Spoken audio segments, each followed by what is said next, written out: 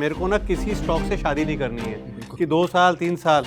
मेरे जो स्टॉक्स हैं साल 1.5 साल 12 महीने 18 महीने, इनको रियल एस्टेट से भी बहुत प्यार है। नौकरी से आजादी दिलाते हैं ये। नहीं उस टाइम पे इतने घटिया आईपीओ आए थे, 4000 IPO. All on public issue आया था, उसमें इनकम टैक्स के नोटिस आ गए थे, सारी फैमिली के 25 अकाउंटों में लगाए हुए थे। This video is made for educational purposes only and are not meant for financial advice. Viewers are recommended to consult registered financial and investment advisors before making any investment. We disclaim all liability for any loss or damage as a result of any investment that you may consider. We do not promote any finance or investment related courses or products through this channel.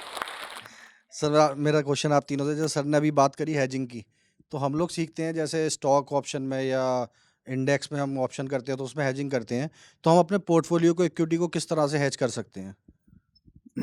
देखिए, portfolio hedging की कई सारी strategies हैं और कई तरह से hedge किया जाता है, लेकिन जिस तरह की डायरेक्ट हेजिंग आप सोच रहे हैं उसकी कॉस्ट बहुत आती है। तो अनलेस कि आप एक प्रोफेशनल पोर्टफोलियो मैनेज कर रहे हैं तब ज़रूर आप हेजिंग कर सकते हैं, आप कॉल सेल कर सकते हैं, ऑप्शंस का इस्तेमाल कर सकते हैं, तो उसकी भी कई सारी स्ट्रैटेजीज़ हैं। लेकिन देखिए, हेजिंग इज़ नेवर फ्री। अगर आप सोच रहे हैं कॉस्ट फ्री हेजिंग होती है, तो कॉस्ट फ्री हेजिंग नहीं होती है। हेजिंग की एक कीमत चुकानी पड़ती है। अगर आप ऑप्शन बाय कर रहे हैं तो उसका प्रीमियम देना पड़ेगा। तो अगर आप हेजिंग कर रहे हैं तो वो आपका जो प्रॉफिट आने वाला था उसका कुछ हिस्सा आपको बतौर हेजिंग की कॉस्ट चुकाना पड़ेगा। जब वो आप उसकी कॉस्ट जोड़ लेते हैं तो जो रिटर्न फाइनली आपको मिल रहा था वो कम हो जाता है। तो एक ट्रेड ऑफ है बिटवीन कि आप कितना रिस्क लेना चाहते हैं और आप कितना रिटर्न टारगेट कर रहे हैं।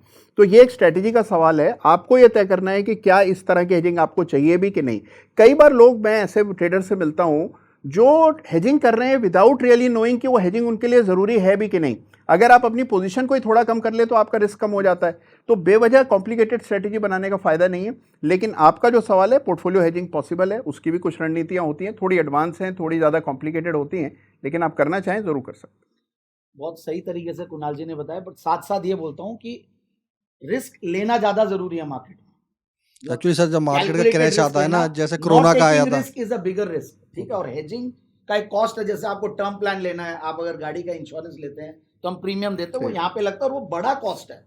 मतलब 3-4-5% आपका अगर हेजिंग का प्रीमियम लग जाए, कॉस्ट लग जाए, तो आपके रिटर्न्स आते हैं 18-20% और 15% 20%, उसमें 3-4% चले जाए तो बहुत ज्यादा रिटर्न बैठता नहीं है। तो आपको वो थोड़ा बहुत राइट होना पड़ेगा मार्केट में, डायरेक्शनल थोड़ा बहुत होना पड़ेगा, राइट होना पड़ेगा आपका डायरेक्शनल कॉल भी, तब पैसा ठीक से बनता है। So try to work on that. एक इसकी मिसाल है, मान लीजिए आपका पोर्टफोलियो सारे छोटे स्टॉक्स का है, यानी कि small cap, micro cap, mid cap, इस तरह के शेयर हैं, और आप उसकी हेजिंग कर रहे हैं निफ्टी के जरिए। कई लोग ऐसा करते हैं। तो देखिए, उसके बीच में ना कोई उस तरह का कनेक्शन नहीं है। आप निफ्टी में अगर पोजीशन बना रहे हैं और आप अपने स्मॉल कैप स्टॉक्स को उससे हेज करने की कोशिश कर रहे हैं, तो वो डायरेक्ट हेज नहीं होता है, उसकी कॉस्ट चुकानी पड़ती है और इवेंचुअली कोई फ़ायदा भी नहीं होता है। तो आपको हेजिंग जो आप कर रहे हैं वो पूरी प्रॉपरली डिफाइन करके करनी पड़ती है, तो उसका एक सिस्टम बनाना पड़ता है, तब वो होता है। तो हेजिंग करनी है या नहीं करनी, इस पर विचार करें। लेकिन इवेंट रिस्क को हेज कर सकते हैं, जैसे कि मान लीजिए बजट है या इलेक्शन रिजल्ट्स हैं, उसके लिए हेजिंग करना चाहें तो बिल्कुल कर सकते हैं। और कई स्ट्रैटेजीज ऐसी होती है, इलेक्शंस को लेकर स्ट्रैटेजी बनाए ऑप्शंस में। हमें पता, हमारे कुछ क्लाइंट्स थे जिन्होंने 24,000 की पुट बेच के 24,000 की पुट आगे की खरीद ली, कैलेंडर्स बना रहे थे। तो स्ट्रैटेजीज होती है, कम पैसा लग के ज्यादा पैसे आने के रिटर्न्स की स्ट्रैटेजी। बट हर जगह पैसे लगने की रिस्क तो है ही है, ये नहीं कि आप बिना पैसे दिए कोई भी काम इजीली यहाँ पे कर सकते हो। देखिए, personally I don't believe in hedging, very frankly. जो पोर्टफोलियो है मेरा, वो मैंने देख के लिया हुआ है, मेरा वहाँ पे एग्जिट प्लान भी है। मेरे को ना किसी स्टॉक से शादी नहीं करनी है कि 2 साल 3 साल। मेरे जो स्टॉक्स हैं साल 1.5 साल 12 महीने 18 महीने, और एग्जिट प्लान मेरे हर स्टॉक के अंदर है। पहली बात ये है। तो और ये हेजिंग ऑप्शंस, मतलब कि ठीक है, हम भी ऑप्शंस करते हैं, क्लाइंट्स को कराते हैं, बट मैं उनको भी वहाँ बोलता हूँ कि ऑप्शंस से ना आपका मकान नहीं बन जाएगा, वेरी फ्रैंकली। और ट्रेडिंग के अंदर भी अगर बाई चांस हमारा एक स्टॉक लॉन्ग हो रहा है, एक स्टॉक शॉर्ट हो रहा है, तो दोनों इंडिविजुअल पोजीशन है। ये मन बहलाने के लिए ख्याल है कि एक लॉन्ग हो गया, एक शॉर्ट हो गया। और इवेंट पर जैसे भैया ना मेरे में इतना टैलेंट है कि कैलेंडर बना लो, एक ले लो, 2 बेच लो, बटरफ्लाई बना लो, मेरे को नहीं आता है। मेरे को मेरे स्टॉक्स मालूम है। जिस दिन इलेक्शन के नतीजे आ रहे थे, सुबह सुबह हमने मैसेज कर दिया था कि भैया seats are not as per expected, तो मार्केट में डिप आएगा। तो जो ट्रेडिंग की पोजीशन तो एक दिन पहले कट चुकी थी सारी की सारी, और जो निवेश वाली कैश की पोजीशन थी उनको होल्ड कर रहे थे। उनमें भैया ओवरनाइट ऐसा कुछ नहीं हो जाएगा, वो सेटअप पर, जैसे क्वांट फंड होते हैं, क्वांट पे स्ट्रैटेजीज बनती है, हम भी पूरी मॉडलिंग करके काम कर रहे हैं अपना। तो हमें मालूम है हमें कहाँ पे एग्जिट करना है। किसी स्टॉक को ऐसा नहीं है कि हमारा लिया हुआ स्टॉक आधा हो जाएगा हमारी खरीद से, तो वो पड़ा रहेगा, वो उसमें नहीं सर, हम exit अपनी बात defined कर है। रहे हैं। आप तो एक्सपर्ट हैं सर, हम अभी नहीं, इस एक्सपर्ट देखिए, इस मार्केट में कोई भी एक्सपर्ट नहीं है, इस मार्केट में कोई भी एक्सपर्ट नहीं है। कोविड ने तो नया लेसन सबको दिखाया था बिल्कुल बिल्कुल कि भैया जीवन और स्टॉक पैसा दोनों एक दिन में जीरो हो सकता है। कोविड ने दिखाया था कि लार्ज कैप भी सेफ नहीं है, HDFC bank, HDFC, Kotak bank भी सेफ नहीं है, ये भी गिर सकते हैं। देखिए तो ना जिस दिन ये भ्रम हो जाता है ना कि आप एक्सपर्ट हैं, उसी दिन बाजार आपको आपकी जगह बता देता है। तो market is a ruthless teacher, तो इसलिए कभी ये सोचना ही नहीं चाहिए कि हम एक्सपर्ट हैं। अच्छा, दूसरी चीज, एक चीज और बोलूंगा, जैसे मैंने बोला ना ऑप्शन से पैसा नहीं बनता है, तो जैसे वॉरेन बुफेट जी बोलते हैं ना कि देयर आर 2 रूल्स। पहला रूल है कि नेवर लूज मनी, दूसरा रूल है कि नेवर फॉरगेट रूल नंबर 1। तो मेरे 2 रूल्स हैं, you should make your own rules, follow those rules with patience and discipline. दूसरा रूल है जैसे कि you should know when to break those rules and make new rules. जैसे for example अभी बोला ऑप्शन से दूर रहता हूँ, बट कोटक बैंक को आप देखो, जब हम इसको यहाँ पर आपके साथ सेशन में बैठा हूँ, कोटक बैंक ने मतलब कि एक ट्रेडिंग दिन पहले वो वाला पिवट तोड़ा है जिस दिन इसकी क्रेडिट कार्ड वाली कोई न्यूज़ आई थी, इसके क्रेडिट कार्ड पे बैन लगा था। तो this is the time to buy Kotak bank through options, risk ले लो, ले सकते हो तो यू शुड नो मतलब कि कब करना है कब नहीं करना है। बट अगर आप हेजिंग कर रहे हो यार, सब तरह के अगर गार्ड लगा लोगे यहाँ वहाँ, सब तरह के गार्ड लगा लोगे, तो फील्डिंग क्या करोगे आप, भागोगे क्या आप? तो रिस्क तो लेना पड़ेगा। एंड जो मेरे मित्र कुणाल जी ने शुरू में बोला कि स्पेकुलेशन और ट्रेडिंग, तो speculation is pure risk, trading is intelligent risk. तो इंटेलिजेंट रिस्क में आपको मालूम है आप क्या कर रहे हो। कुल मिला के एक अच्छा पोर्टफोलियो बनाने की कोशिश करनी चाहिए और वेल डाइवर्सिफाइड हो, वो राइटली डाइवर्सिफाइड हो, राइट नंबर ऑफ स्टॉक्स हो, और उसी में ही आपकी हेजिंग हो जाएगी। So right diversification is also a great risk management strategy.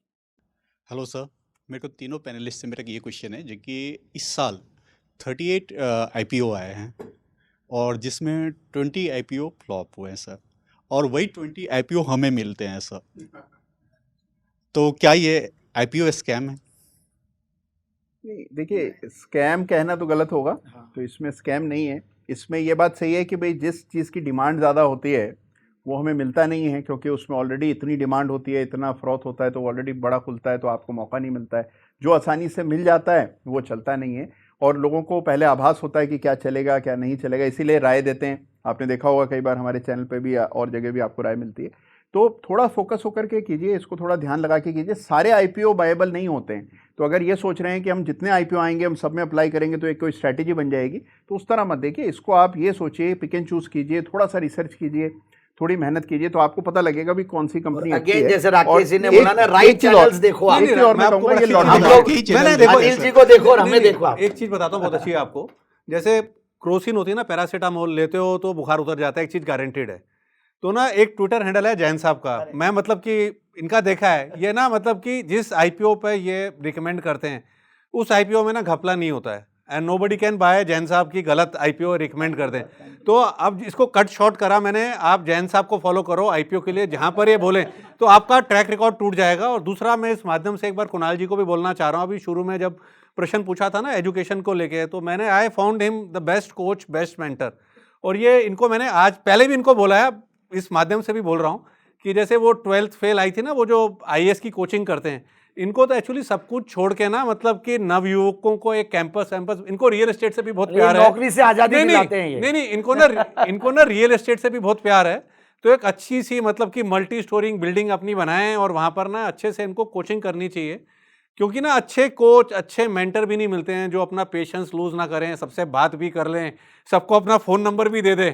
तो हाँ, तो क्या है कि तो मैं बोलना चाहता हूँ इनको कि ना, इनको मतलब कि he should go aggressive in education. But आप IPO में इन्वेस्टिंग कर रहे हैं ना, तो आपको एक्चुअली में रिसर्च IPO में बहुत ज़्यादा करनी पड़ती है। अननेसेसरली जो आप कुणाल जी ने कहा कि हर IPO में आप नहीं लगाएं, और एक्चुअली में हम बता रहे हैं अनिल जी की राय वो तो अच्छी देते ही हैं, और मैंने भी, मेरी जो राकेश जी ने नोटिस किया, हम लोग कंपेयर करते तो हमारी राय काफ़ी सही इसीलिए जाती है कि अगर वैल्यूएशंस महंगे हैं कोई दिक्कत नहीं है, भले ही आपके लिस्टिंग गेन्स मिल भी रहे हो, उसको अवॉइड करना सीखिए, स्किप करना सीखिए, कोई दिक्कत नहीं है। मार्केट नीचे आएगा तो वो स्टॉक भी नीचे आएगा, कहीं कोई दिक्कत नहीं, आपको फिर मिलेगा। तो IPO अच्छी चीज़ है। अब IPO में एक और आपको राय देता हूँ कि आप नंबर ऑफ IPO अकाउंट्स जितना हो सके फैमिली में यूज़ कीजिए। 5 तो मिनिमम हो जाते हैं भाई, 2 बच्चे होते हैं तो आप बोलोगे माइनर का होता नहीं है, माइनर का भी डीमैट अकाउंट खुलता है, बस इनकम क्लब हो जाती है गार्डियन में। दूसरा, आप HUF बनाइए, बहुत बढ़िया एक माध्यम है। तो हस्बैंड वाइफ HUF और दोनों बच्चे और प्लस फादर मदर है, तो सारे मेंबर्स अर्निंग मेंबर्स हो जाते हैं आपके। और ये हम लोग सबको राय ये देते हैं, और ये कीजिए आप, तो आपके चांसेस ऑफ अलॉटमेंट भी बेटर हो जाते हैं। और आप ऐसा मत देखिए कि मुझे इस आईपीओ में नहीं मिला, उस आईपीओ में नहीं मिला। आप एक एवरेज आउट कीजिए कि साल के एंड में अगर मैंने 15,000 करके 1 लाख रुपए फंसाया 7 अकाउंट में, तो मुझे साल के एंड में कितने अलॉटमेंट आए और कितना पैसा उस 1 लाख के ऊपर बना। तो आपका देखिएगा का 50-60% का रिटर्न भी बैठ सकता है। ऐसा नहीं है अगर आप जुडिशियसली करेंगे। बट अगेन सेबी डिस्क्लेमर, और हमेशा हम बोलते हैं रिटर्न्स की हम बात नहीं एक करते तो हैं। जो माइंडसेट है ना कि आईपीओ कोई लॉटरी टिकट है, हाँ। उससे बाहर आइए। मतलब IPO is not a lottery ticket. अगर आप उसको लॉटरी की तरह देखेंगे तो उसमें तो देखिए कभी हार कभी जीत, तो उसमें आपको रिटर्न नहीं आएगा। आप ये देखिए कि क्या कंपनी अच्छी है कि नहीं, थोड़ी सी उसमें शक्कत कीजिए, थोड़ी मेहनत कीजिए, फिर इन्वेस्ट कीजिए। दैट विल बी कोई ओएफएस आता है कहीं, जनरली क्या होता है आईपीओ जो भी आते हैं उसमें जो फॉरेन इन्वेस्टर्स रहते हैं या जो पी इन्वेस्टर्स रहते हैं उनको एग्जिट दिलाना पड़ता है कंपनियों को, तो वो 3 साल बाद एग्जिट का एक उनका रहता है। तो आपको ये देखना है कि प्योरली ओएफएस है या फ्रेश इशू भी है, उसका क्या यूसेज है थोड़ा बहुत। और बाकी अभी एक और बहुत बढ़िया चीज हुई है, 3 दिन में जो 4 दिन में जो लिस्टिंग होती है, तो इसमें मार्केट सेंटिमेंट्स के साथ भी अब आईपीओ की लिस्टिंग होती है। पहले क्या 15 दिन, मेरे समय में मैं 94 से आईपीओ में इन्वेस्ट कर रहा था, तो 2-2 महीने में आते थे, रिफंड ऑर्डर नहीं आते थे, ये नहीं आते थे, तब लॉटरी टिकट जैसा होता था। और उस टाइम पे इतने घटिया आईपीओज आए थे, 4000 आईपीओज 94 से 96 तक आए थे। और वो कंपनियां मतलब अभी उनमें से कितनी सारी लिस्टेड होंगी वो भी नहीं पता। देखो एक चीज बड़ी क्लियर हुई कि I am senior to Jain साहब ऑल्सो। अरे मैंने IFCI के आईपीओ में अप्लाई करा था, 300 शेयर आए थे और उसके प्रॉफिट से कावासाकी बजाज ली थी। तो अरे आप वाह। गूगल करके देख लो, 94 से पहले का वो आईपीओ है, 2-3 साल पहले का आईपीओ। तो I am officially senior to you अरे ऑल्सो। अरे तो senior you are the senior most.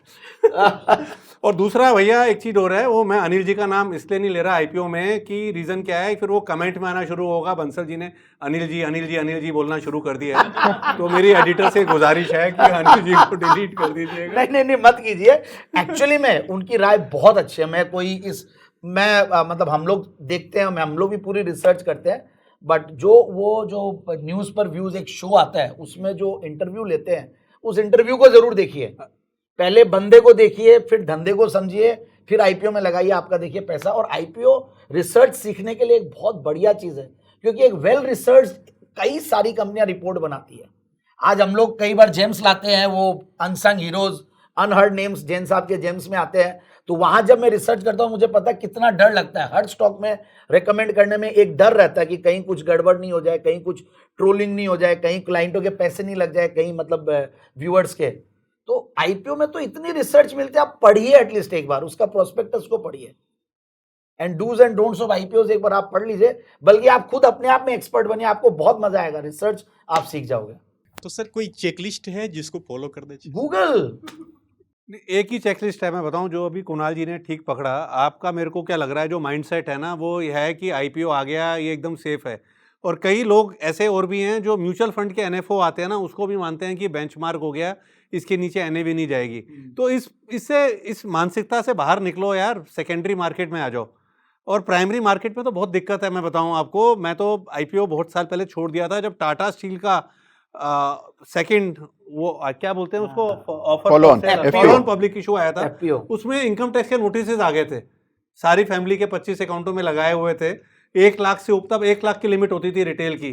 तो सेकेंडरी मार्केट में इतनी अपॉर्चुनिटीज है। आप देखिए ना, आईपीओ लाने की भी कंपनी की विवशताएं हैं। कई कंपनियां इसलिए आईपीओ ला रही हैं क्योंकि उनको किसी प्राइवेट इक्विटी को एग्जिट देना है। अभी हमने कई सारी जगह देखा। तो जरूरी नहीं कि कंपनी आईपीओ ला रही है तो हमें भागकर अपना पैसा लगाना ही है उसमें।